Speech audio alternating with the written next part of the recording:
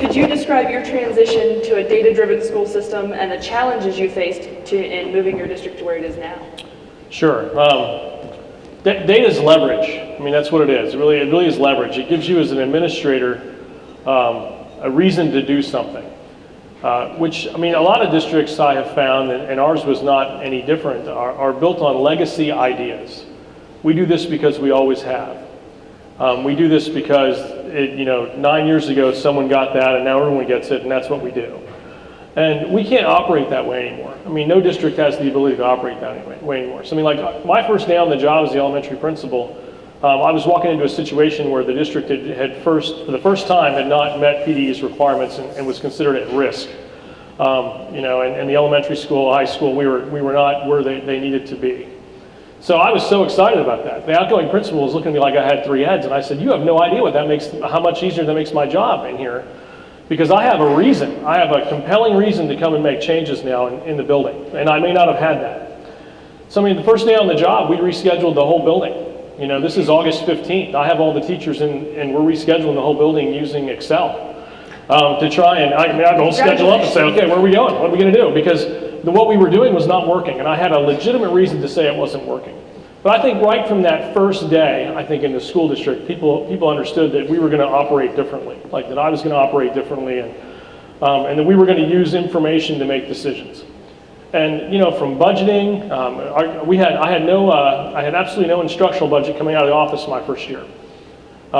Teachers had budgets that ranged from maybe $400 for their classroom to $1,800 for their classroom, with no reason for that, except that I got $1,800 last year, so that's what they put in the budget for me this year. So the goal at that point was to try and use all your money and ask for more, because I would get more money the following year. So in year 2, we completely changed the entire structure, how we budgeted the school district. And so, yes, I was highly popular initially, but you can see that. Yeah, you can see how that would work out. But no, I've been there now 7 years, no one's thrown me out, so that's always exciting. But the other thing it gives you the opportunity to show growth. I mean, the last day of school, my first year, I was able to walk into a staff meeting, and we had scored the highest score ever in the history of the district at every grade level in the elementary school in the PSSA. 3rd, 4th, 5th, 6th, they were the top scores the district had ever had. And if you can do that, you get a lot of momentum.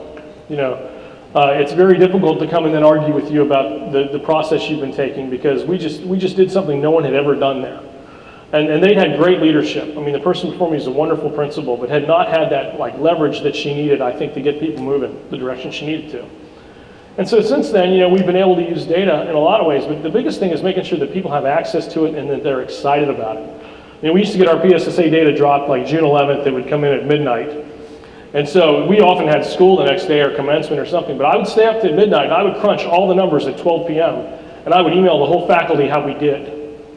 And I would come in the morning and almost 90% of them had been up waiting for me to send out the email. Because they wanted to know.